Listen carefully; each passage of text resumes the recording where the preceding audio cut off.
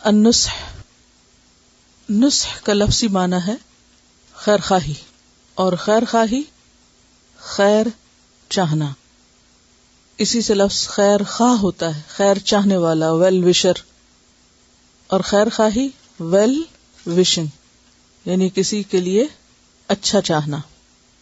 نون صاد ہا اس کا مادہ ہے۔ نصح العسل کا معنی ہوتا ہے شہد صاف کرنا، اور نصح العمل خالص طریقے سے کام کرنا، اسی سے لفظ نصیحت ہے، اور نصیحت اسم مصدر ہے۔ اخلاص خیر اور صلاح کی طرف بلانا، شر اور فساد سے بچانا، اس سے روکنا۔ متنصح کہتے ہیں پیوند لگے ہوئے سلے ہوئے کپڑے کو۔ تو گویا نصح کے معنوں میں اخلاص بھی پایا جاتا ہے، اور کسی کی خیر خواہی کرنا یا اس کو نصیحت کرنا، اور کسی کے لیے سنسیئر اور فیتھ فل ہونے کے معنی ہے۔ کسی بھی انسان کے اندر دوسرے انسانوں کے لیے خیر خواہی کا جذبہ اسے انسان بناتا ہے۔ خیر خواہی، دوسرے کا بھلا چاہنا، یہ انسانیت کا خلاصہ ہے۔ یعنی اگر یہ کہا جائے کہ انسانیت کس چیز کا نام ہے تو وہ نام ہے دوسرے انسانوں کے لیے خیر خواہ ہونا، خیر خواہ ہونے کا نام، اور یہی انسانیت کا اصل معیار ہے۔ انسان کہا ہی اس کو جائے گا جو دوسروں کا بھلا چاہے گا، جس کے دل میں خیر خواہی ہوگی۔ اور اس کا پتہ کیسے چلتا ہے کہ کسی کے دل میں خیر خواہی ہے یا نہیں؟ وہ انسان کے عمل سے پتہ چلتا ہے۔ جس کے دل میں خیر ہوگی اس کے رویے میں بھی خیر ہوگی، وہ ہر موقع پہ اس کا اظہار کرے گا، وہ دوسروں کے لیے فکر مند رہے گا، دعا کرے گا۔ اگر دوسرا شخص کسی تکلیف میں مبتلا ہے تو اس کو دور کرنے کی کوشش کرے گا، دوسرے کے راستے کی رکاوٹیں اور مشکلات دور کرنے پر آمادہ رہے گا۔ اللہ سبحانہ تعالیٰ نے جتنے بھی پیغمبر بھیجے وہ تمام کے تمام انسانوں کے خیر خواہ تھے، ویل وشر تھے۔ قال اللہ تعالی ابلغکم رسالات ربی وانا لکم ناصح امین۔ اللہ تعالیٰ کا ارشاد ہے سورۃ الاعراف آیت 68، ایک پیغمبر اپنی قوم کو کیا کہتا ہے؟ میں تم کو اپنے رب کے پیغامات پہنچاتا ہوں اور تمہارا ایسا خیر خواہ ہوں جس پر بھروسہ کیا جا سکتا ہے، ٹرسٹ وردی ہوں، امانت دار ہوں، قابل اعتماد ہوں۔ اور یہ خیر خواہی ہر پیغمبر کے اندر پائی گئی۔ اس کی عملی مثالیں ہم نبی صلی اللہ علیہ وسلم کے اسوہ حسنہ میں دیکھ سکتے ہیں، خواہ طائف کا موقع ہو یا پھر دیگر قبائل کے ساتھ معاملات ہوں، خود اپنے قبیلہ یعنی قبیلہ قریش کے ساتھ اور دیگر قبائل کے ساتھ آخری حد تک، آخری درجے تک آپ صلی اللہ علیہ وسلم نے خیر خواہی کی۔ تو خیر خواہی صرف دوستوں کے ساتھ نہیں ہوتی، خیر خواہی تمام انسانوں کے ساتھ ہوتی ہے، حتیٰ کہ اپنے دشمنوں کے ساتھ بھی خیر خواہی کرنی چاہیے، ان کا بھی بھلا سوچنا چاہیے، کیونکہ دین اسی چیز کا نام ہے۔ اس شخص کا کوئی دین نہیں جس کے اندر دوسروں کے لیے خیر خواہی نہیں، خیر کے جذبات نہیں پائے جاتے، جو دوسروں کے لیے بھلائی نہ چاہے۔ طائف کے موقع پر آپ صلی اللہ علیہ وسلم نے جب جبریل آپ کے پاس آئے، آپ نے زخم اٹھائے اور جبریل نے آ کر کہا کہ اگر آپ چاہیں تو میں ان کی اینٹ سے اینٹ بجا دوں، تو آپ کا جواب کیا تھا؟ کہ اگر یہ مسلمان نہیں ہوتے تو ہو سکتا ہے کہ ان کی اولادوں میں سے کوئی مسلمان ہو جائے۔ اس سے کیا پتہ چلتا ہے کہ انتہائی تکلیف پہنچانے والوں اور انتہائی بدتمیزی کا سلوک کرنے والوں کے لیے بھی آپ نے برا نہیں چاہا، ان سے بھی مایوس نہیں ہوئے، اور کیا کہا کہ کوئی بات نہیں، اگر یہ نہیں مانتے تو ہو سکتا ہے ان کی اولادیں مان جائیں۔ ان کو تباہ نہیں کرنے دیا، ان کے لیے بد دعا نہیں کی، ان کا برا نہیں چاہا۔ اس کو کہتے ہیں خیر خواہی، اور آخری حد تک خیر خواہی، صرف سامنے والے کے لیے نہیں، اس کی نسلوں کے لیے بھی، آنے والی جنریشنز کے لیے بھی۔ قبیلہ دوس کے طفیل بن عمرو الدوسی کے بارے میں آپ نے پڑھا ہوگا کہ جب وہ اسلام لائے تو انہوں نے واپس جا کر اپنی قوم کو بھی اسلام کا راستہ سجھایا، لیکن جب وہ نہیں مانے تو واپس آ کر انہوں نے کیا چاہا کہ آپ صلی اللہ علیہ وسلم ان کے لیے بد دعا کریں۔ تو آپ نے کیا فرمایا؟ اس کی تفصیل کچھ یوں آتی ہے کہ طفیل بن عمرو الدوسی اپنے وطن واپس گئے، یعنی اسلام قبول کر کے۔ انہوں نے اپنے قبیلے والوں کو اسلام کی دعوت دی، مگر باپ اور بیوی کے سوا کسی نے اسلام قبول نہ کیا۔ دوبارہ مکہ آئے اور رسول اللہ صلی اللہ علیہ وسلم سے ملاقات کی اور قبیلہ دوس کے بارے میں سخت تاثر کا اظہار کیا۔ ابن اسحاق نے یہ روایت نقل کی ہے طفیل بن عمرو کی، کہتے ہیں کہ میں نے دوس قبیلے کو اسلام کی دعوت دی مگر انہوں نے ماننے میں دیر کی۔ میں رسول اللہ صلی اللہ علیہ وسلم کے پاس مکہ آیا اور آپ سے کہا، اے اللہ کے رسول صلی اللہ علیہ وسلم، قبیلہ دوس کھیل تماشے میں منہمک ہے، اس کے لیے بد دعا کیجیے۔ آپ نے فرمایا، اے اللہ قبیلہ دوس کو ہدایت دے۔ مجھ سے فرمایا کہ تم اپنی قوم کی طرف واپس جاؤ، اس کو اسلام کی دعوت دو اور اس کے ساتھ نرمی سے پیش آؤ۔ کہنے والے نے کیا کہا کہ آپ بد دعا کریں، اور جواب دینے والے نے کیا کیا؟ دعا دی۔ بعض اوقات انسان اپنے دل میں دوسرے کے لیے خیر خواہی کرتا ہے، دوسرے کا بھلا چاہتا ہے، لیکن پھر کسی کی باتوں میں آ کر خیر خواہی چھوڑ دیتا ہے۔ لیکن آپ صلی اللہ علیہ وسلم لوگوں کے لیے آخری حد تک مہربان تھے، رحمت للعالمین تھے، اور کسی کی باتوں میں آئے بغیر وہی کرتے تھے جو کرنا چاہیے تھا، اور وہ کیا؟ رحمت کی دعا۔ حتیٰ کہ اپنے قبیلے کے لیے، قریش کے لیے بھی مسلسل ہدایت اور ان کی نجات کی دعا کرتے تھے۔ آپ کے چچا ابو طالب جو وفات کے قریب تھے تو اس وقت بھی آپ کا فکر اور آپ کا غم کیا تھا؟ ایک دفعہ کلمہ پڑھ دیں، کس قدر حریص تھے۔ اور کسی کی بھلائی اور خیر خواہی کی یہ ہرس آ ہی نہیں سکتی جب تک کہ انسان کے اندر یہ چیز رچی بسی نہ ہو کہ وہ حقیقی معنوں میں خیر خواہ ہو۔ خیر خواہی کو مصنوعی جذبہ نہیں کہ اوپر سے کوئی چیز لیپ دی جائے تو انسان دوسرے کا خیر خواہ بن جاتا ہے۔ خیر خواہی وہ خیر خواہی ہوتی ہے جو اندر سے اٹھتی، جو انسان کو دوسرے کے لیے تڑپنا سکھاتی اور صرف ان کی دنیا نہیں آخرت کی بھی فکر کرواتی ہے۔ سورۃ الاعراف میں ہی قال اللہ تعالی ابلغکم رسالات ربی وانصح لکم واعلم من اللہ ما لا تعلمون۔ ارشاد ہے، پیغمبر کہتے ہیں، میں تمہیں اپنے رب کے پیغامات پہنچاتا ہوں، تمہارا خیر خواہ ہوں، اور مجھے اللہ کی طرف سے وہ کچھ معلوم ہے جو تمہیں معلوم نہیں۔ تو اس سے بھی کیا پتہ چلتا ہے کہ حق کے دائی، دین کی طرف بلانے والے اور پیغمبر ایسے ہی ہوا کرتے ہیں، ناصح اور امین، خیر خواہ، با اعتماد، قابل اعتماد۔ عام مسلمانوں کو کیا حکم دیا گیا کہ وہ کیا کریں؟ تمام انسانوں کے لیے اور اہل ایمان کے لیے ایک معیار مقرر کر دیا گیا ہے کامیابی کا۔ والعصر ان الانسان لفی خسر الا الذین آمنوا وعملوا الصالحات وتواصوا بالحق وتواصوا بالصبر۔ یہ وتواصوا بالحق کیا ہے؟ ایک دوسرے کی خیر خواہی ہے، ایک دوسرے کو حق بات بتاتے رہنا، ایک دوسرے کو سیدھے رستے پر چلنے میں مدد دینا۔ تعاونوا علی البر والتقوی کیا ہے؟ نیکی اور تقوی کے کاموں میں تعاون کیا ہے؟ یہ بھی ایک دوسرے کی خیر خواہی ہے۔ تو خیر خواہی دین کا شعار ہے۔ پیغمبر تو تھے ہی خیر خواہ، اہل ایمان بھی ایک دوسرے کے لیے خیر خواہ ہوتے ہیں، اور یہ خیر خواہی صرف مسلمانوں کے لیے نہیں بلکہ تمام انسانوں کے لیے۔ خیر خواہی کا محرک کیا ہوتا ہے؟ محرک یعنی موٹیو کیا ہوتا ہے؟ انسان کیوں خیر خواہ ہو دوسرے کا؟ کیا چیز انسان کو خیر خواہی پر ابھارتی ہے؟ انسان کب خیر خواہ ہو سکتا ہے؟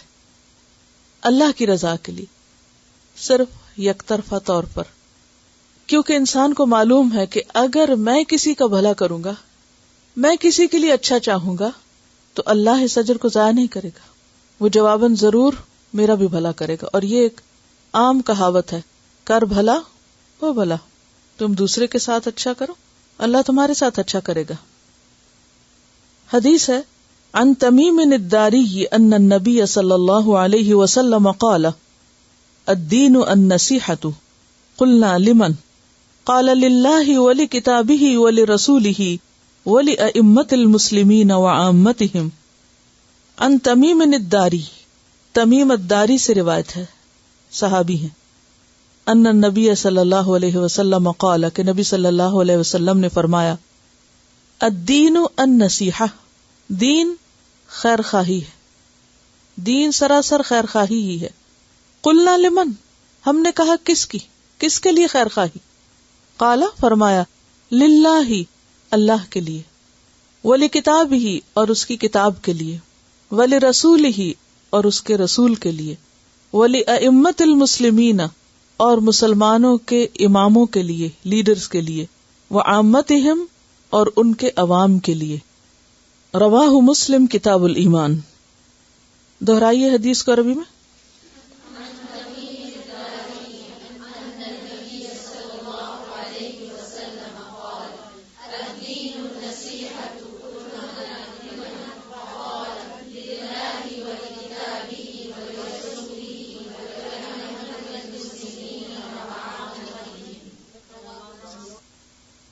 جس طرح انسانیت کا معیار خیرخواہی ہے، اسی طرح دین کی پہچان بھی خیرخواہی.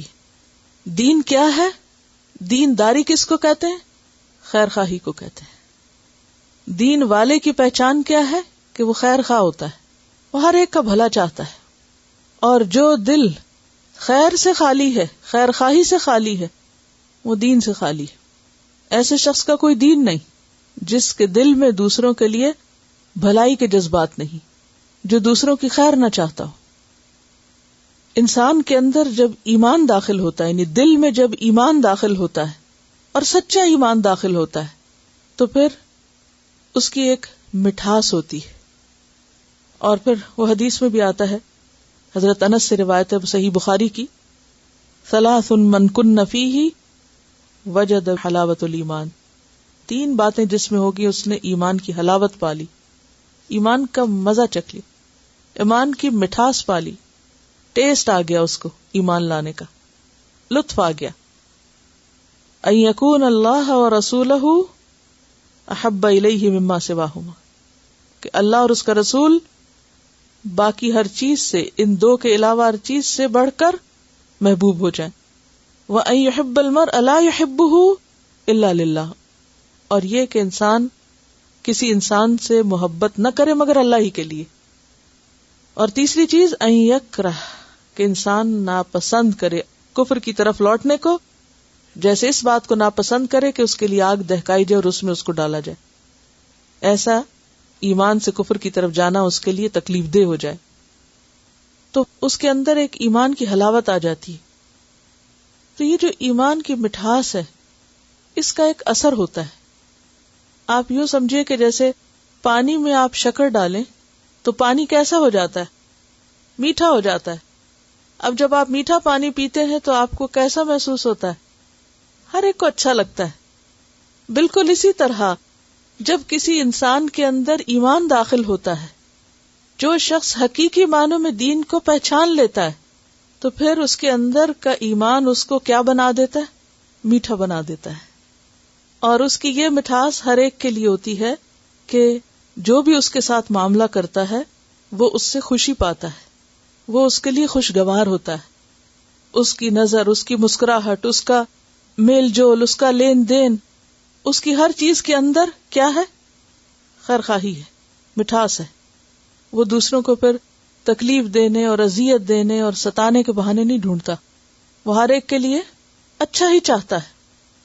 جیسے کہ حدیث میں آتا ہے کہ من کان یؤمن باللہ والیوم الآخر فلیقل خیرا او لیصمت. جو شخص اللہ اور یوم آخرت پر ایمان رکھتا ہے اسے چاہیے کہ یا تو خیر کی بات کرے، بھلائی کی بات کرے، یا پھر چپ رہے. یعنی اگر اس کے پاس کوئی ایسی بات نہیں ہے کہ جس میں خیر ہے تو پھر کیا کرنا چاہیے؟ اس کو بولنا ہی نہیں چاہیے. بولے تو خیر کا کلمہ کہے جس میں دوسرے کی دل آزاری نہ ہو، اذیت نہ ہو، دوسرے کے لیے تکلیف نہ ہو. تو اس کو آپ یوں دیکھ سکتے ہیں کہ ایک وہ شخص جس کے اندر ایمان ہے وہ ہر ایک کا بھلا چاہتا ہے، اور جو کسی کا بھلا چاہتا ہے اس کی سوچ کیا ہوتی ہے کہ میں اس کو کیسے فائدہ پہنچاؤں. وہ ہر دم نفع مند انسان بن جاتا ہے. اس کے ساتھ کیا بھلائی کروں، اے کے ساتھ کیا کروں، بی کے ساتھ کیا کروں، اس کو اس تکلیف سے کیسے نکالوں، اس کے لیے کیا کروں. یعنی وہ ہر ایک کو اس نظر سے دیکھتا ہے کہ میری ذات سے اس کو کیا فائدہ پہنچ سکتا ہے. اور جو دل حقیقی ایمان سے خالی ہوتا ہے اس کی نظر فرق ہوتی ہے. اس کی نظر کیا ہوتی ہے کہ اس سے کیسے فائدہ اٹھاؤں، اس سے کیسے اٹھاؤں، اس سے کیسے بٹوروں اور اس کو کیسے ایکسپلائٹ کروں. یہ دو مختلف رویے ہوتے ہیں. دیندارانہ رویہ کیا ہے کہ آپ کی سوچ کیا بن جاتی کہ میں ہر ایک کے لیے بھلائی کا، نفع کا کام کیسے کروں، میری ذات سے اس کو کیا خیر پہنچ سکتی. وہ انسان تو انسان، وہ جانوروں کے لیے بھی رحمت کا پیغام بنتا ہے. جیسے پچھلے باب کی احادیث میں آپ پڑھ چکے ہیں. رک کے سوچئے تھوڑی دیر کے لیے، اپنے اندر امیجنیشن میں یہ نظر لائیے، ان لوگوں کو بھی لائیے جن سے آپ محبت کرتے ہیں، اور ان کو بھی لائیے جن سے آپ کو کوئی شکایت ہے، کوئی نفرت ہے، کوئی بیڈ فیلنگ ہے. جن سے ہم محبت کرتے ہیں ان کو تو ہم کسی نہ کسی طرح نفع پہنچاتے ہی رہتے ہیں. وہ ہمارے ساتھ نہ بھی اچھا کرے تو ہم ان کے ساتھ اچھا کرتے ہیں. مثلا اپنی اولاد ہے، ان کی طرف سے تکلیف بھی پہنچے تو آپ کیا کرتے ہیں؟ پھر بھی ان کا بھلا ہی چاہتے، پھر بھی دعائیں ہی دیتے ہیں. بچے کتنا بھی ستائے پھر بھی آپ کیا کہتے ہیں؟ اچھا تم خوش رہو، دعا ہی دیتے. لیکن اس کے برعکس جن لوگوں سے ہمارا کوئی اختلاف ہو یا ہمیں کوئی شکایت ہو، جب تک ہم ان کے لیے بھلا نہیں سوچیں گے، ان کی خیر نہیں چاہیں گے، اس وقت تک صحیح دیندار نہیں بن سکتے. اب سوچیں کہ ان کو آپ کیا فائدہ پہنچا سکتے ہیں. اور جس دن سے انسان کی نظر اس طرح تبدیل ہوتی ہے تو وہ حقیقی معنوں میں پھر دین والا بن جاتا ہے، کیونکہ اس کو پتا ہے کہ میری چھوٹی سی نیکی، مَن یعمل مثقال ذرۃ خیرا یرہ، ذرے برابر بھی میں نے اگر کسی کے ساتھ بھلائی کی ہے تو وہ میرے لیے آگے موجود ہوگی، میں اسے دیکھ لوں گا، وہ میرے ہی سامنے آئے گی. اور اگر میں کسی کے لیے برا چاہ رہا ہوں تو وہ بھی میرے ہی سامنے آئے گا. کوئی اور تو اسے دیکھے یا نہ دیکھے، اگر میں کسی کی راہ میں کانٹے بکھیر رہی ہوں تو ہو سکتا ہے وہ تو بچ کے نکل جائے، لیکن وہ کانٹے میرے اپنے ہی سامنے آئیں گے. تو مومن سراپا خیر ہوتا ہے، مومن سراپا بھلائی ہوتا ہے، یک طرفہ طور پر دوسروں کی خیر چاہتا ہے، صرف دنیا کی نہیں، ان کی آخرت کی بھی. اسی لیے بعض اوقات وہ نصیحت سے کام لیتا ہے، اور بعض اوقات اگر ضرورت پڑے تو تنقید بھی کرتا ہے، لیکن تعییب نہیں کرتا. تعییب کس باب سے ہے؟ تفعیل سے. روٹ کیا ہوگا؟ عین یا با، عیب. تو تعییب کیا ہے؟ عیب جوئی. تنقید اور تعییب میں فرق ہوتا ہے. تنقید تو کنسٹرکٹیو ہوتی ہے، تعمیری ہوتی ہے، اصلاح کے لیے ہوتی ہے، دوسرے کو فائدہ پہنچانے کی نیت سے ہوتی ہے. اور تعییب کیا ہوتی ہے؟ بری نیت سے ہوتی ہے، عیب جوئی، کسی کے عیب اچھالنا، کسی کو اس عیب کا تانا دینا، کسی کے پیٹھ پیچھے اس کی برائیاں کرنا، غیبت کرنا، تانے دینا، دوسرے کو ذلیل کرنا. ایسا شخص خیر خواہی کے جذبات سے نہیں کرتا. اصل نصیحت وہ ہوتی ہے جو اخلاص پر مبنی ہو، کیونکہ نصح میں اخلاص کا معنی بھی پایا جاتا ہے. مثلا آپ کسی کو فائدہ پہنچا رہے ہیں اور مطلب آپ کا اپنی ہی شہرت ہے، تو کیا اس کو خیر خواہی کہیں گے؟ آپ نے دوسرے کا بھلا نہیں چاہا، دراصل آپ نے سیلف ایکسپوجر چاہا، اپنی تعریف چاہی، اپنا نام بلند کرنا چاہا. یہ خیر خواہی نہیں ہوتی. بعض لوگ دوسروں کی بڑی خدمت کرتے ہیں، بہت کام آتے ہیں ان کے، لیکن پیچھے نیت بڑی خراب ہوتی ہے. مثلا آپ اچھی سی دعوت کسی کی کرتے ہیں، اچھے اچھے کھانے بناتے ہیں، اس سے نیت یہ نہیں ہوتی کہ دوسرے کو فائدہ پہنچے. نیت یہ ہو اگر کہ میری تعریف ہو، میری شہرت ہو، تو یہ خیر خواہی نہیں ہے. اب آپ دیکھیے کہ جب آپ خیر خواہی کریں گے تو آپ کا پورا پرسپیکٹو چینج ہو جائے گا. آپ دوسرے کے لیے وہ پکائیں گے جو اس کو فائدہ دے، جو اس کی صحت کے لیے اچھا ہو، وہ نہیں پکائیں گے جس سے آپ کا نام روشن ہو، خواہ بھلے دوسرا بیماری ہو کے اٹھے. کیونکہ ہر چیز میں تبدیلی ہو جاتی ہے، پھر چھوٹے سے چھوٹے کام سے لے کر بڑے سے بڑے کام تک. بعض اوقات ایسا ہوتا ہے نا کہ ہم کسی کی کوئی بھی مدد کرتے ہیں تو اس مدد میں اس کا بھلا نہیں مطلوب ہوتا. کیا مقصد ہوتا ہے پیچھے؟ ہماری شہرت، سیلف پروجیکشن. پھر میں لوگوں میں مشہور ہو جاؤں کہ دیکھو فلاں تو ہر مشکل میں کام آتا ہے، اور فلاں تو ہر وقت حاضر رہتا ہے، کہ ہم مرے تو ہمارا نام بلند ہو کہ ہاں فلاں تو خاندان میں ایسا تھا کہ بس ہر ایک کے لیے اچھا تھا. اور اچھا کرنے والے کی اصل میں نیت کسی کی بھلائی سے زیادہ اپنے نام کی بلندی تھی. یہ نصح میں نہیں شامل، یہ دین نہیں ہے. اصل خیر خواہی کیا ہے؟ بے لوس، سیلف لیس، اپنی شہرت، اپنی عزت، اپنے نام کی بلندی، اپنے کوئی ہڈن موٹیوز کو الگ کر کے پیورلی دوسرے کی مدد، پیورلی دوسرے کی بھلائی. اور صحیح معنوں میں پھر بھلائی ہو بھی اسی وقت سکتی ہے جب انسان خالص ہو کے کرے. اور اگر کچھ اور بیچ میں شامل ہے تو پھر اس میں کیا ہوگا؟ دوسرے کی پوری بھلائی نہیں ہوگی. پھر اسی طرح خیر خواہ ہونے کے لیے احساس ذمہ داری کا ہونا بڑا ضروری ہے کہ یہ میری ذمہ داری ہے، یہ میری رسپانسبلٹی ہے، یہ میرا فرض ہے. اور فرض انسان کو مجبور کرے کہ وہ دوسرے کے لیے اچھا چاہے. دوسرے کے لیے اچھا چاہنے کا مطلب یہ نہیں کہ صرف انسان وہ کام کرے جس سے دوسرا راضی رہے. جب انسان دوسرے کے لیے اچھا چاہتا ہے تو بعض اوقات آپ کو وہ کام بھی کرنے پڑتے ہیں رسک لے کر جو آپ کے لیے تو بڑے نقصان دہ ہو سکتا ہے لیکن اس میں دوسرے کی بھلائی ہوتی ہے. اور اس کو آپ اس مثال سے سمجھ سکتے ہیں کہ مثلاً آپ اپنے بچوں کے ویل وشر ہیں، کیونکہ تمام والدین اپنے بچوں کے لیے اچھا ہی چاہتے ہیں، چاہے ان کا طریقہ صحیح ہو یا غلط ہو. اچھا، اب کیا ہوتا ہے؟ کیا آپ بچوں کی ہر بات مان لیتے ہیں؟ نہیں مانتے. اچھا، بچے آپ کو بعض اوقات بلیم بھی کرتے ہیں کہ آپ کو ہم سے کوئی ہمدردی نہیں. کیا وہ اپنی بات میں درست ہوتے؟ نہیں، آپ کو ہمدردی ہوتی ہے لیکن وہ نہیں سمجھ رہے ہوتے کہ آپ ان سے ہمدردی کر رہے ہیں. اب ایسے میں کیا وہ کرنا چاہیے جو ان کو پسند ہے یا وہ کرنا چاہیے جو واقعی ان کے لیے اچھا ہے؟ جو واقعی ان کے لیے اچھا ہے، جو آپ سچی نیت سے سمجھتے کہ یہ دوسرے کے لیے اچھا ہے. یہی حال پھر باقی رشتوں اور تعلقات میں بھی ہے. آپ اپنے بہن بھائیوں کے ساتھ خیر خواہی کر رہے ہیں تو ضروری نہیں کہ وہ آپ کی خیر خواہی کو مانے بھی اور وہ یہ سمجھے کہ آپ واقعی خیر خواہ ہیں. ہو سکتا ہے وہ الٹا آپ کو بلیم کریں کہ آپ تو ہمارے ساتھ دھوکہ کر رہے ہیں، یا وہ اس کو سمجھے ہی نہ.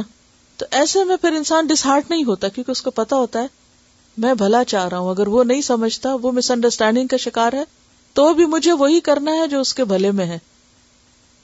مثلاً ڈاکٹر اپنے مریض کے ساتھ اگر سنسیئر ہو تو کیسے معاملہ کرتا ہے؟ جو بھی مریض کے حق میں بہتر ہو، خواہ وہ اس کو تکلیف دے یا اس کو وقتی طور پر آرام دے.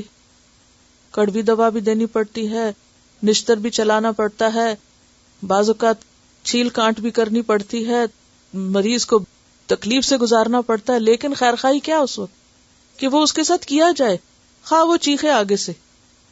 اور اگر کوئی کہے نہیں میں اس کا بہت خیر خواہ ہوں، میں اس کو بالکل تکلیف نہیں دینا چاہتا اور یہ جیسے چاہے خوش رہے، یہ خیر خواہی نہیں ہے. ایک استاد کی اپنے شاگردوں کے ساتھ کیا خیر خواہی ہے کہ وہ ان کی غلط باتوں کو اچھا کہے، ان کی غلطی پر بھی ان کو نمبر دے دے، یا کیا کرے؟ جو غلطی ہے وہ بتائے اور جو اچھا ہے اس کو اپریشیٹ کرے. یہ ہے اصل خیر خواہی. تو خیر خواہی کے لیے عدل و انصاف سے کام لینا بھی ضروری ہے. خیر خواہی کسی صرف ظاہری عمل کا نام نہیں ہے. خیر خواہی کے بعض رویے دوسروں کو بہت اچھے لگیں گے آپ کے، اور بعض خیر خواہی کے رویے دوسروں کو آپ سے ناراض بھی کر سکتے ہیں. تو بھی اپنی بات پر قائم رہیے اور خیر خواہی کرتے رہیے.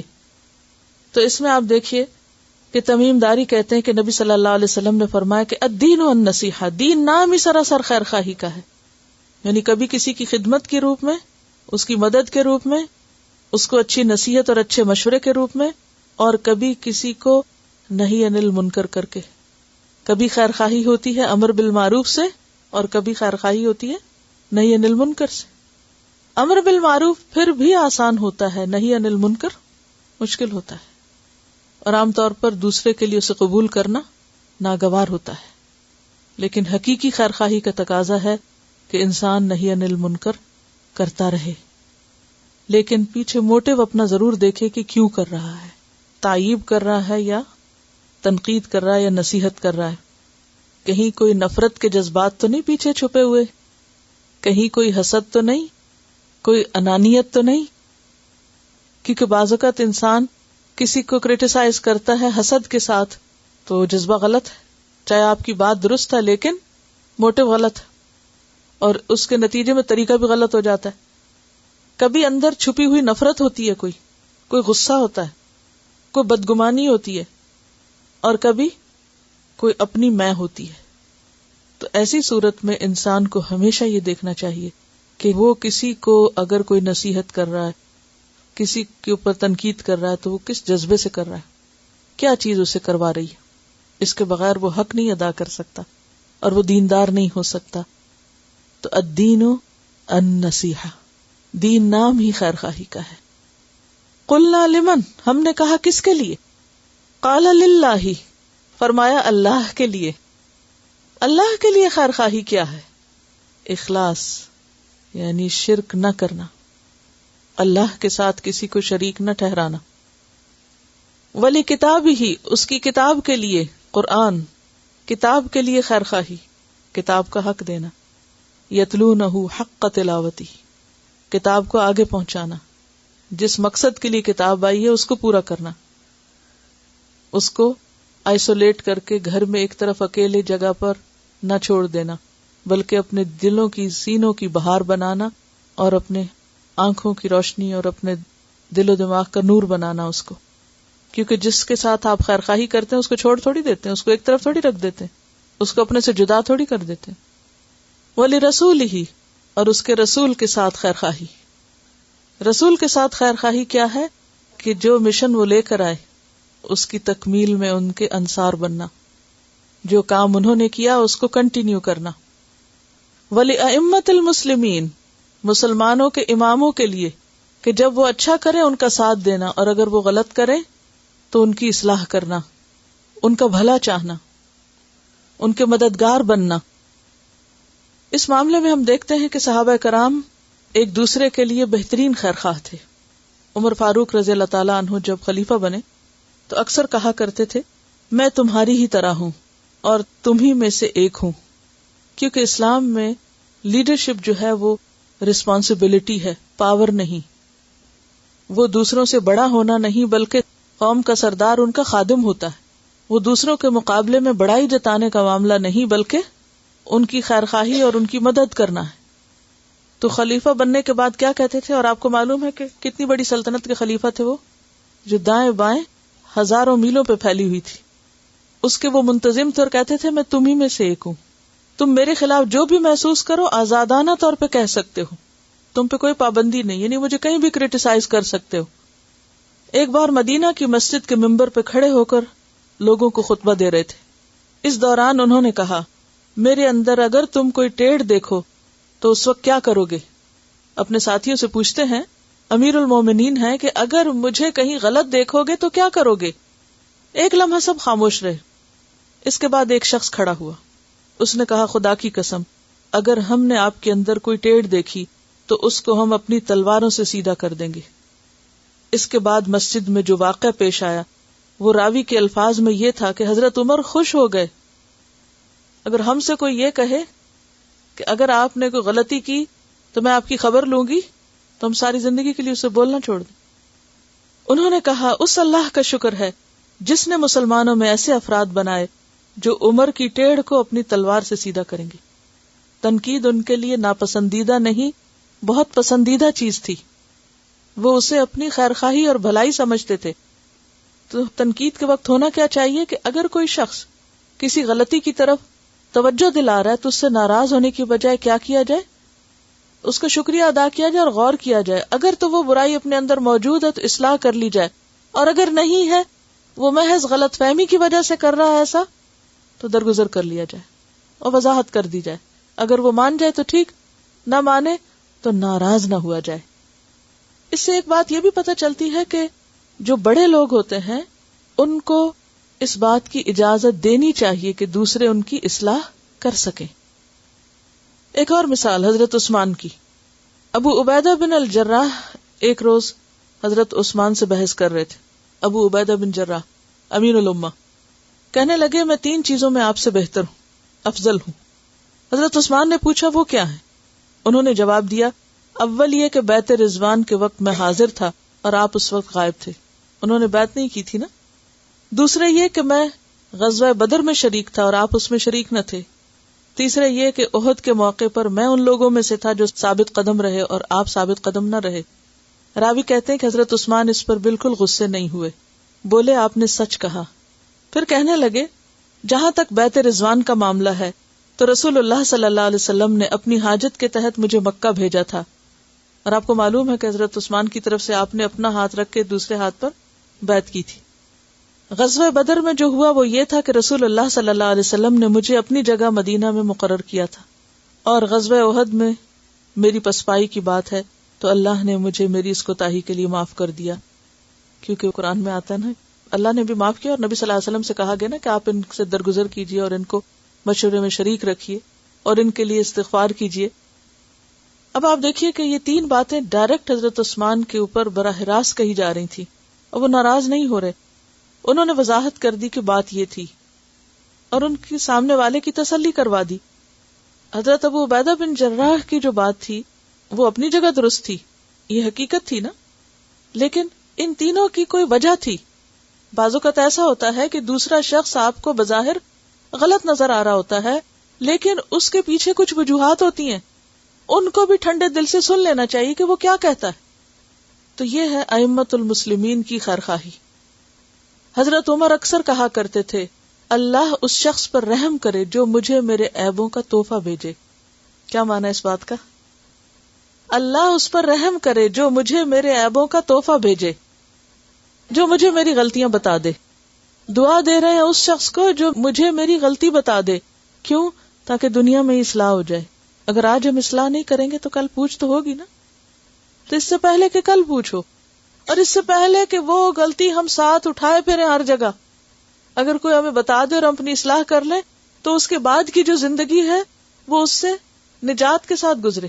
لیکن نا ایک شخص کا اگر بولنے کا انداز ٹھیک نہیں، چلنے کا انداز ٹھیک نہیں، معاملہ ٹھیک نہیں، کوئی بھی غلطی ہو سکتی ہے۔ اب اگر کوئی اسے بتانے کی کوشش کرتا ہے کہ آپ ایسا نہیں ایسا کر لیں، اور وہ اس پر ناراض ہو جائے، مائنڈ کر جائے، تو کیا ہوگا؟ وہ اس غلطی کے ساتھ ہی جیے گا جب تک جیے گا، کیونکہ اس نے اجازت نہیں دی کہ اس کا علاج کیا جائے۔ اور ایک دوسرا شخص جو ویلکم کرے کہ آؤ بتاؤ مجھے، اور اسے ایکسپٹ کر لے اور اپنی اصلاح کر لے، تو اس پوائنٹ سے آئندہ زندگی وہ کس طرح گزارے گا؟ زیادہ خوبصورت گزارے گا، کیونکہ اس کی اصلاح ہو چکی ہوگی۔ بہت سے لوگ اسی بھول کا شکار رہتے ہیں، اور وہ کسی کو اجازت نہیں دیتے کہ وہ ان کو بتا سکیں کہ تم یہاں غلط ہو، اور نتیجہ کیا ہوتا ہے؟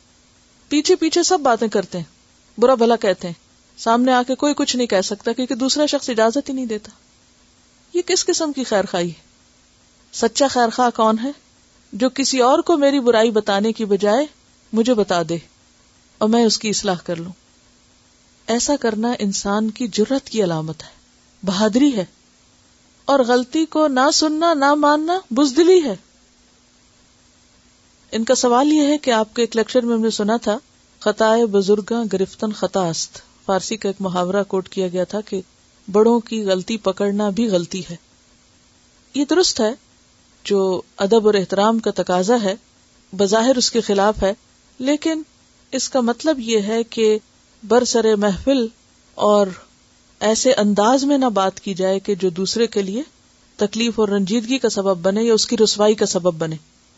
اس کا یہ مطلب نہیں کہ بڑے کو اس کی غلطی بتانی نہیں چاہیے یا اس کی اصلاح کی ضرورت نہیں، کیونکہ بعض اوقات بعض بڑے، جیسے خاندان میں کوئی بڑا ہوتا ہے، گھر میں کوئی مثلا دادا دادی نانا نانی ہے یا والدین ہیں یا خالہ ماموں چچا ہیں، تو وہ ہم سے رشتوں میں بڑے ہی ہوتے ہیں۔ اب ہر ایک یہ کہتا ہے کہ وہ بڑے ہیں، وہ تو بڑے ہیں، اس لیے جو بھی کریں جائز ہے، حالانکہ وہ بعض اوقات ظلم بھی کر رہے ہوتے ہیں، بعض اوقات ناروا بات کر رہے ہوتے ہیں۔ تو ایسے میں سب کے بیچ میں بیٹھ کے بدتمیزی سے ان سے بات کرنا تو غلط ہے، لیکن آسان طریقے سے ان کی غلطیوں پر توجہ دلا دینا جو ہے وہ ان کے ساتھ خیرخواہی اور بھلائی ہے، وہ ایسا کیا جا سکتا ہے۔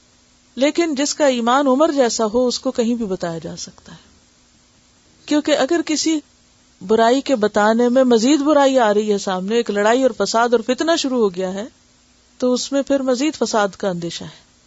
عمر تو خود کو خود پیش کر رہے ہیں، تو بڑوں کو خود کو پیش کرنا چاہیے اور چھوٹوں کو اپنی حدود کے اندر رہتے ہوئے اپنے طور پر دیکھنا چاہیے کہ ان کی لمٹس کہاں ہیں۔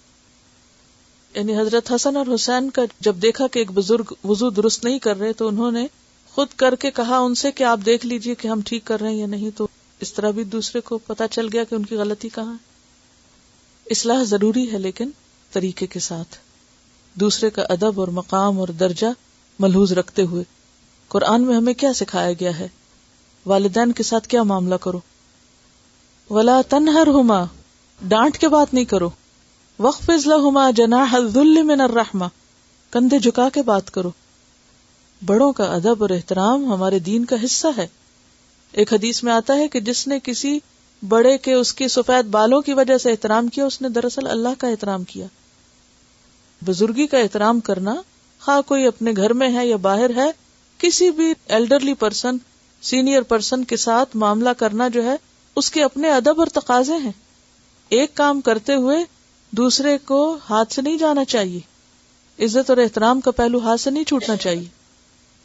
اب مثلاً حضرت عمر اپنے آپ کو پیش کر رہے ہیں تو دوسرا شخص جو یہ کہہ رہا ہے وہ کسی اپنی بڑائی کی وجہ سے یا کسی اندر کے بغض کی وجہ سے نہیں کہہ رہا. وہ بھی کس لیے کہہ رہا ہے کہ دین کی خاطر، دین کے بھلے میں. وَلِأَئِمَّةِ الْمُسْلِمِينَ وَعَامَّتِهِمْ، اور ان کے عوام کے لیے، تمام انسانوں کے لیے، ہر ایک کے لیے، یعنی معاشرے کے جتنے بھی طبقات ہیں سب کے لیے مخلص ہونا، خالص ہونا اور ان کا بھلا چاہنا ضروری ہے، اور یہی دین ہے.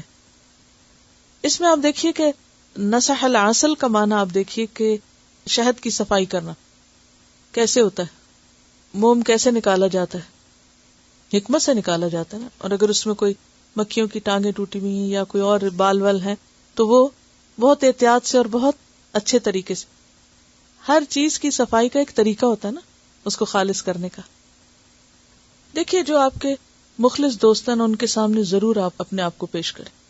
یہ ایکسرسائز بہت فائدہ دیتی ہے اور میں اس کو کرواتی رہی ہوں اور اب تک کرتی ہوں. گھر والوں کے سامنے پیش کریں، کوئی حرج نہیں، کیونکہ جتنا آپ کو گھر والے جانتے ہیں باہر والے تو نہیں جانتے. جو جتنے قریب آپ کے رہتا اس کو اجازت دیجیے اور اسے کہیے کہ مجھے لکھ کر دو میرے بارے میں. نہیں کرنی چاہیے، میں نے کی ہے، کئی بار کی. اور خاص طور پر جو کلاس سے متعلق جو چیزیں ہوتی تھی، کراچی میں مسلسل 3 افراد میرے دائیں جانب بیٹھے رہتے تھے جو صرف تنقیدی نظر سے میرا لیکچر سنتے تھے کہ کہاں میں نے غلطی کی، اور ان کو میں نے خود بٹھایا تھا، بیٹھو اور سنو، کہاں غلطی کی اسے لکھو. ہر روز بلا ناغہ آدھا گھنٹہ شام کو ہم بیٹھ کر ان چیزوں کو ڈسکس کرتے تھے. پورا لیکچر لکھا جاتا تھا، پورے لیکچر کی غلطیاں نوٹ ہوتی تھی، کیونکہ انسان ہے نا، بھول ہو جاتی. آپ سوچ کچھ رہے، منہ سے کچھ نکل گیا، اور پھر اس کے بعد وہ پیپر کے اوپر کریکشنز ہوتی تھی، پھر اس کو سامنے رکھ کر ایڈیٹنگ ہوتی تھی، اور یہ سلسلہ اب تک جاری. ابھی جو ٹورانٹو تفسیر تھی، یہاں کوئی میرے پاس ایسی ٹیم نہیں تھی کہ جو یہ کام کرتی، کیونکہ وہاں وہ کام سینئر اسٹوڈنٹس کرتے تھے جو پچھلے کئی سالوں سے قرآن سن رہے ہیں اور جن کا اپنا علم کافی پختہ ہو گیا. اور اس کے بعد اب بھی یعنی ہر روز میلز میں کچھ نہ کچھ ایسا آتا ہے پچھلے دیے ہوئے لیکچرز میں سے کہ فلاں جگہ آپ نے یہ بات کہی ہے، اس بات کا ریفرنس کیا ہے. اب تک پوچھتے ہیں، پوری تحقیق کری ہے، وہ البانی کے الجام صحیح اور وہ سب کے اوپر پرکھی جا رہی ہیں حدیثیں جو میں کوٹ کرتی ہوں. آج ہی صبح لکھا کہ یہ حدیث اس روایت سے ضعیف آئی، تو میں نے کہا دوسرے ریفرنس چیک کریں تاکہ اس حدیث کی جگہ اس سے ملتے جلتے ہم مانا حدیث جو کہ صحیح حدیث ہے وہ وہاں پیسٹ کی جائے. شاید ہی کوئی دن ایسا گزرتا ہے کہ جب مجھے اس تنقید سے نہ گزرنا پڑتا ہو. اور یہ سب میرے اپنے شاگرد ہیں جو مجھ پہ تنقید کرتے ہیں اور میری غلطیاں ڈھونڈتے ہیں، اور میں کبھی مائنڈ نہیں کرتی. کیوں؟ آج اصلاح ہو جائے. یہ میرے خیر خواہ ہیں، مجھے نہایت عزیز ہیں، جو مجھے بتاتے ہیں کہ آپ کی مصیبت یوں نکلی ہے، یہ دراصل ایسے ہے. ہماری ایک نابینا اسٹوڈنٹ تھی، بہت ہی چاہنے والی، ہر وقت کہتی تھی ہمیں کو کام بتائی. میں نے کہا آپ بیٹھ جاؤ، میرے لیکچر سنو، جہاں میں نے کوئی آیت غلط پڑھی ہو. پوری تفسیر انہوں نے اس طرح سننی شروع کی کہ وہ صرف آیتیں سنتی تھیں اس میں سے جو میں نے بولی ہوتی تھی. کوئی صرف حدیثیں چیک کر رہا ہے، کوئی کٹ پیسٹ کر رہا ہے، جملہ اس طرح زیادہ افیکٹو نہیں، یوں ہے، وہ ادھر کا لفظ ادھر ڈالتے ہیں، ادھر کا ادھر. یعنی ایک کیسٹ جو ریلیز ہوتی ہے اس کو معلوم نہیں کتنے مرحلوں سے گزارا جاتا ہے، پھر وہ ہم دیتے ہیں باہر. اپنی انسانی کوشش کی حد تک. یہ نہیں کہتے پھر بھی غلطیاں ہوتی ہیں، یہ ہم نہیں کہہ سکتے کہ غلطی سے پاک ہے، لیکن کھلی اجازت ہے کسی کو بھی کسی وقت کچھ بھی بتانے کی. کیوں؟ آج نہیں کوئی بتائے گا، آج سامنے نہیں آئے گا، آج چھپ جائے گا، کل تو آئے گا نا، یا نہیں آئے گا کل؟ وہاں مٹا سکیں گے؟ آج مٹا سکتے ہیں، آج ڈیلیٹ ہو سکتا ہے، آج توبہ ہو سکتی ہے، آج اصلاح ہو سکتی ہے. ان الحسنات یذہبن السیئات. تو یہ بے حد ضروری ہے. اور جب ہم مائنڈ کرنے لگے کہ نہیں یہ نہیں کہو، یہ کیوں کہا، یا حجت پیش کرنے لگے، تو پھر نقصان کیا ہوتا ہے؟ وہ غلطی ساتھ ہی چلتی ہے. اگرچہ بظاہر نفس پہ بھاری ہوتا ہے، لیکن کچھ دن کرتے رہنا اس ایکسرسائز کو تو آپ یقین کریں بھاری نہیں، اچھا لگنے لگتا ہے. میری اب یہ کیفیت ہے کہ جب بھی ایسی کوئی میل یا کوئی ایسی چیز آتی ہے تو مجھے بھاری نہیں لگتا، مجھے اچھا لگتا ہے، کیونکہ وہ نفس عادی ہو گیا نا. آپ کڑوی دوا کھانے لگ جائے تو کچھ دن کے بعد کیا ہوتا ہے؟ عادی ہو جاتا ہے منہ. ہاں اگر آپ ہر وقت میٹھا کھاتے رہیں تو پھر کسی وقت کڑوا کھانا پڑے تو مشکل لگتا ہے. صرف سوچ بدلنے کی ضرورت ہے، اسی میں ہماری بھلائی ہے. بدترین دوست وہ ہوتے ہیں جو دوستوں کی غلطیوں پر بھی ان کی تعریف کرتے رہیں. یہ دوستی نہیں، دشمنی ہے. اور بدترین ماں باپ وہ ہیں جو بچوں کی غلطیوں پر ہنستے رہیں اور ان کو شاباش دیتے رہیں. ہر چیز ادب اور احترام اور خیر خواہی کے جذبے سے ہونی چاہیے، بدنیتی سے نہیں ہونی چاہیے. اگر کوئی بدنیتی سے کرے گا تو اس کے فائدے کی بجائے نقصان ہوگا، معاملات اور بگڑیں گے. کیونکہ نصیحت کیا ہے؟ خیر چاہنا. یعنی کہ پھر ترقی نہیں ہو سکتی، آگے نہیں بڑھ سکتے ہم. اور آپ دیکھیے کہ اس وقت مغربی اقوام میں ایک دوسرے کے اوپر کھل کے تنقید بھی ہوتی ہے اور بعض اوقات اس کو پازیٹیولی لیا جاتا ہے اور اسے ایکسپٹ کیا جاتا ہے. اور مقصد کے لیے اتحاد جو ہے وہ انتہائی ضروری ہے، بھلے کتنے بھی اختلافات ہوں، لیکن مقصد کے لیے متفق ہونا اختلاف کے باوجود، یہ بھی بہت بڑے حوصلے کی بات ہے اور بہت بڑی نیکی اور خوبی ہے. اس میں آپ دیکھیے کہ حضرت علی اور حضرت عائشہ کے درمیان اختلاف ہوا تھا. حضرت عثمان کی جو شہادت تھی اس پر جو قصاص لینے کی باری تھی اس پر مختلف صحابہ کرام کے درمیان اختلاف ہوا، حتیٰ کہ میدان جنگ میں آمنے سامنے آئے. اس کے باوجود خیر خواہی کیسی تھی؟ اس کی ایک مثال حضرت علی کی مثال. مسلمانوں کی ایک جماعت 35 ہجری میں مدینہ میں داخل ہوئی اور انہوں نے حضرت عثمان کو قتل کر دیا کچھ غلط فہمیوں کی بنا پر. اتنا خلفشار ہوا کہ مدینہ 5 روز تک خلیفہ سے خالی رہا. حضرت علی کے ہاتھ پر خلافت کی بیعت ہوئی. مسلمانوں کا ایک گروہ اس پر متفق نہ تھا. ان کا مطالبہ تھا کہ پہلے حضرت عثمان کے خون کرنے والوں کو سزا دی جائے، اس کے بعد وہ خلیفہ کی اطاعت کریں گے. حضرت علی یہ کہتے تھے کہ پہلے خلافت کو مستحکم کیا جائے، پھر قاتلین کے خلاف کارروائی کی جائے. اس طرح مسلمانوں کے 2 گروہ بن گئے، ایک حضرت علی کے ساتھ، دوسرے آپ کے مخالف. یہ اختلاف بڑھتا رہا یہاں تک کہ دونوں کے درمیان جنگ کی نوبت آ گئی. حضرت علی اپنے ساتھیوں کو لے کر مدینہ سے بصرہ کے لیے روانہ ہوئے. لوگوں نے پوچھا کہاں جا رہے ہیں؟ کہا میرا مقصد یہ کہ لوگوں کا اشتعال ختم ہو جائے اور امت میں اتفاق پیدا ہو، مدینہ کو اس شورش سے خالی کیا جائے. ایک شخص نے کہا اگر بصرہ والے آپ کی بات نہ مانے تو آپ کیا کریں گے؟ حضرت علی نے کہا ہم ان کو چھوڑے رہیں گے یہاں تک کہ وہ ہم کو چھوڑے رہیں. ترکناہم ما ترکونا. کہنے والے نے کہا اگر وہ لوگ آپ کو نہ چھوڑیں اور جنگ پہ آمادہ ہو جائیں تو؟ حضرت علی نے کہا ہم مدافعت میں لڑیں گے. ابو سلام الدالانی نے کہا ہمارا حال اور ان کا حال کیا ہوگا اگر کل کے دن ان سے ہمارا ٹکراؤ ہو جائے؟ حضرت علی نے جواب دیا میں امید کرتا ہوں کہ ہمارا یا ان کا جو آدمی بھی قتل ہوا اس کا دل اگر پاک ہوگا تو اللہ اس کو ضرور جنت میں داخل کرے گا. یعنی اگر اندر خیر خواہی ہے اور ایک دوسرے سے نقصان بھی ہو گیا تو بھی مخالفت کے باوجود ان کے بارے میں کیا سوچتے ہیں کہ پھر بھی وہ جنت میں جائیں گے، خواہ اس نے ہمارے کسی کو مار بھی دیا تو بھی وہ جنت میں جائے گا، کیونکہ اس کی جو پیچھے نیت ہے وہ درست ہے. اس کو خیر خواہی کہتے ہیں. کیونکہ دنیا میں اختلافات تو ہوتے ہیں اور بعض اوقات اختلافات شدید بھی ہو جاتے ہیں. مثلا شوہر بیوی کے درمیان اختلاف ہو گیا، حالات حد سے زیادہ خراب ہو گئے، طلاق ہو گئی، کیا حکم دیا گیا، کیا کرو؟ کتنی دفعہ اصلاحاً اور خیر خواہی کی بات آتی، معروف کا لفظ کتنی دفعہ آتا ہے.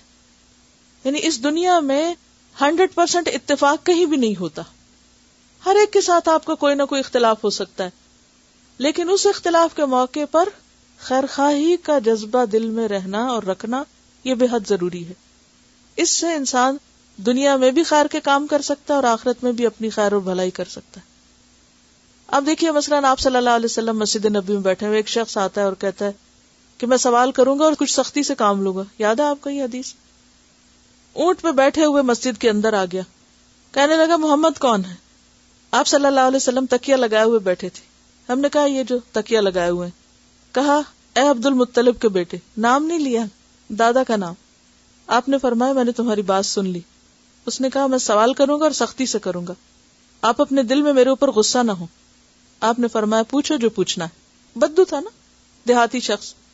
اس نے کہا میں آپ کو آپ کے رب کی اور جو آپ سے پہلے تھے ان کے رب کی قسم دے کے پوچھتا ہوں، کیا اللہ نے آپ کو سارے انسانوں کی طرف بھیجا ہے؟ آپ نے فرمایا ہاں۔ اور پھر اس کے بعد اس نے کچھ سوال کیے۔ اس سے کیا پتا چلتا ہے کہ ایک شخص ناسمجھ ہے، اکھڑ ہے، اس کا مزاج ہی ایسا، اس کی بیک گراؤنڈ ایسی۔ الاعراب اشد کفرا ونفاقا واجدر الا يعلم حدود ما انزل اللہ، کیونکہ ان کا ماحول ہی ایسا ہے۔ تو بعض اوقات ایسے لوگوں سے زندگی میں آپ کا واسطہ پڑ جاتا ہے کہ جو ایک خاص ماحول کی پیداوار ہے، ان کا لائف سٹائل یہی، ان کا گفتگو کا انداز اور طریقہ یہی ہے کہ وہ مہذب مؤدب نہیں ہو سکتے۔ اب آپ اگر انہی کے لیول پر آ جائیں، کام چھوڑ دیں تو کیا ہوگا؟ فساد ہوگا۔ تو ایسے موقع پر کیا کرنا چاہیے؟ آپ اپنے اصول پہ قائم رہیں، آپ اپنی خیر خواہی، محبت، اخلاق اس کو ہاتھ سے نہیں جانے دیں، اور دوسرے کو اس کے رحم و کرم پہ چھوڑ دیں۔ اس کے لیے عذر تلاش کر لیں کہ معذور ہے یہ شخص، کیونکہ اس نے یہ سیکھا ہی نہیں، اس کو پتہ ہی نہیں۔ وہ جو تیری خیر خواہی کرے زیادہ بہتر ہے اس سے جو تیری تعریف کرے۔ یعنی خیر خواہی میں اگر کوئی تم پہ تنقید بھی کر دیتا ہے، وہ تمہارے حق میں زیادہ اچھا ہے بنسبت اس شخص کے جو صرف تمہاری چاپلوسی کرتا رہے اور صرف تمہاری خوشامد کرتا رہے۔ دوسروں کی اچھائی کو اپریشیٹ بھی کرنا چاہیے، شکر گزار بھی ہونا چاہیے، ان کی اچھی باتوں کا ذکر بھی کرنا چاہیے، اور اگر ان سے غلطی ہو، کیونکہ انسان ہے، پرفیکٹ تو کوئی بھی نہیں، تو اچھے طریقے سے ان کو احساس بھی دلانا چاہیے۔ اسی میں انسان کی بھلائی اور اسی میں انسان کی ترقی ہے۔ بہت دفعہ آپ نے تعریف بھی کی ہے، ایسی تعریف کہ جو موقع کی مناسبت ہے نا، کس کانٹیکسٹ میں ہو رہی ہے اور کس کی ہو رہی ہے۔ بعض لوگوں کو تعریف بگاڑ دیتی اور بعض لوگوں کو تنقید بگاڑ دیتی، تو پھر انسان کو دیکھ کر معاملہ کرنا چاہیے کہ کس کو کس وقت۔ بخاری میں دونوں طرح کی احادیث موجود ہیں۔ ان انس عن النبی صلی اللہ علیہ وسلم قال لا يؤمن احدكم حتى يحب لاخيه ما يحب لنفسه، رواہ البخاری کتاب الایمان۔ عن انس رضی اللہ عنہ سے روایت ہے، عن النبی صلی اللہ علیہ وسلم، نبی صلی اللہ علیہ وسلم نے قال فرمایا، لا یؤمن نہیں ایمان لاتا، احدکم تم میں سے کوئی ایک، حتی یہاں تک کہ یحب چاہے پسند کرے، لأخیہ اپنے بھائی کے لیے، یعنی پسند کرے اپنے بھائی کے لیے، ما جو یحب وہ پسند کرتا ہے، چاہتا ہے، لنفسہ اپنی ذات کے لیے۔ عن انس عن النبی صلی اللہ علیہ وسلم قال لا یؤمن احدکم حتی یحب لأخیہ ما یحب لنفسہ، رواہ البخاری کتاب الایمان۔ پڑھی۔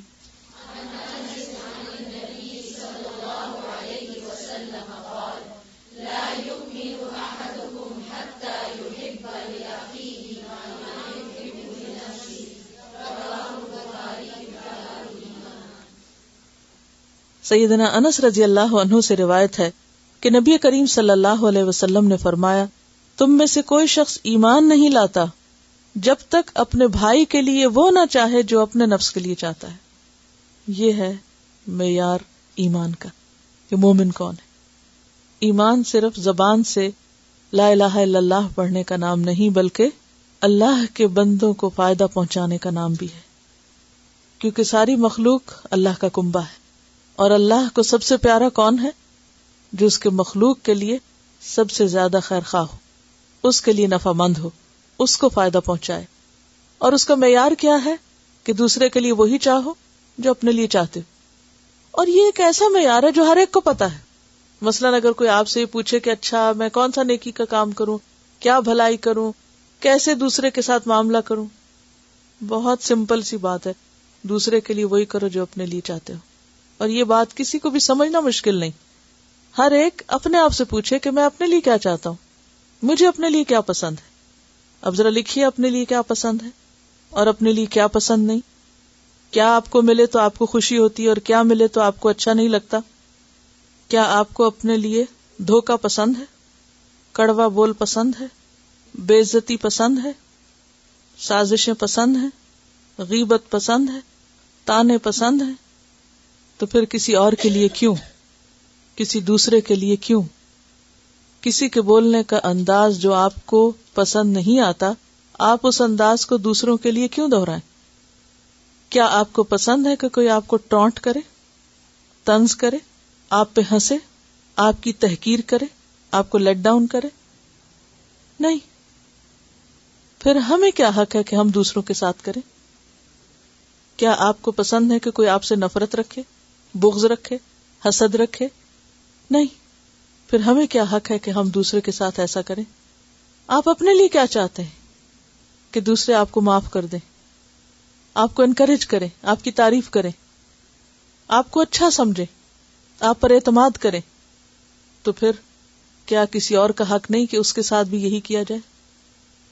اگر کوئی اس معیار پر معاملہ کرے تو بہت سے جھگڑے فساد خود ہی ختم ہو جائے، گھروں کی زندگی خود ہی خوشگوار ہو جائے، معاشرہ خود ہی خوشحال ہو جائے، امن اور سکون ہر طرف ہو جائے. لیکن یہ جو ڈبل سٹینڈرڈز ہے نا، اپنے لیے کچھ اور چاہنا، دوسرے کے لیے کچھ اور چاہنا، اپنے لیے نمبر 1 اور دوسرے کے لیے 2 نمبر. اور اس چیز کو آپ دیکھیے کہ ایمان کے ساتھ جوڑ دیا گیا. مومن ہو ہی نہیں سکتا کوئی جب تک کہ وہ ایسا نہ کرے. بہترین نیکی ہے کسی کو خوش کرنا. سوچئے کیا چیز آپ کے دل میں خوشی لاتی ہے جب کوئی آپ کے ساتھ ویسا کرتا ہے؟ پھر اس کو دہرائیے. اسی کا نام عدل ہے، اسی کو انصاف کہتے ہیں، اسی کو نیکی کہتے ہیں.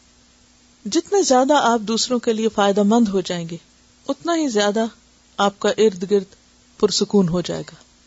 اسی سے پیس آتا ہے، چھوٹے سے چھوٹے لیول سے لے کے بڑے سے بڑے. اور پوری کائنات آپ کو یہی سبق سکھا رہی. سورج کیا کر رہا ہے؟ فائدہ پہنچا رہا ہے. درخت کیا کر رہے ہیں؟ فائدہ پہنچا رہے ہیں. بادل کیا کرتے ہیں؟ فائدہ پہنچاتے ہیں. سب خاموشی کے ساتھ ہی چل رہے ہیں نا. کتنی خاموشی کے ساتھ ہر ایک چیز فائدہ پہنچا رہی. ان کا آپس میں کوئی جھگڑا نہیں. جھگڑا کہاں سے شروع ہوتا ہے؟ خود غرضی سے، ہرس سے. سب کچھ اپنے لیے سمیٹنا، اپنے لیے چاہنا، ہر چیز اپنی طرف کھینچنا. یہ مجھے مل جائے، یہ میرے لیے ہو جائے. تو جب ہم اپنی جگہ دوسروں کو رکھ لیں گے تو خود بخود اصلاح ہونے لگے گی. بہتر ہے آج گھر جا کے ایک ہوم ورک کیجئے، پورے 5ویں پارے کو خیرخواہی کے نقطہ نظر سے دیکھیے، اور کل اگر میں بھولنے لگوں تو کلاس سے پہلے مجھے یاد دلائیے ہاتھ کھڑا کر کے کہ آیات پوچھیے ہم سے. چلیے ٹھیک ہے، آج کا وقت ختم ہے. سبحانک اللہم و بحمدک، نشہد ان لا الہ الا انت، نستغفرک و نتوب الیک. السلام علیکم و رحمۃ اللہ.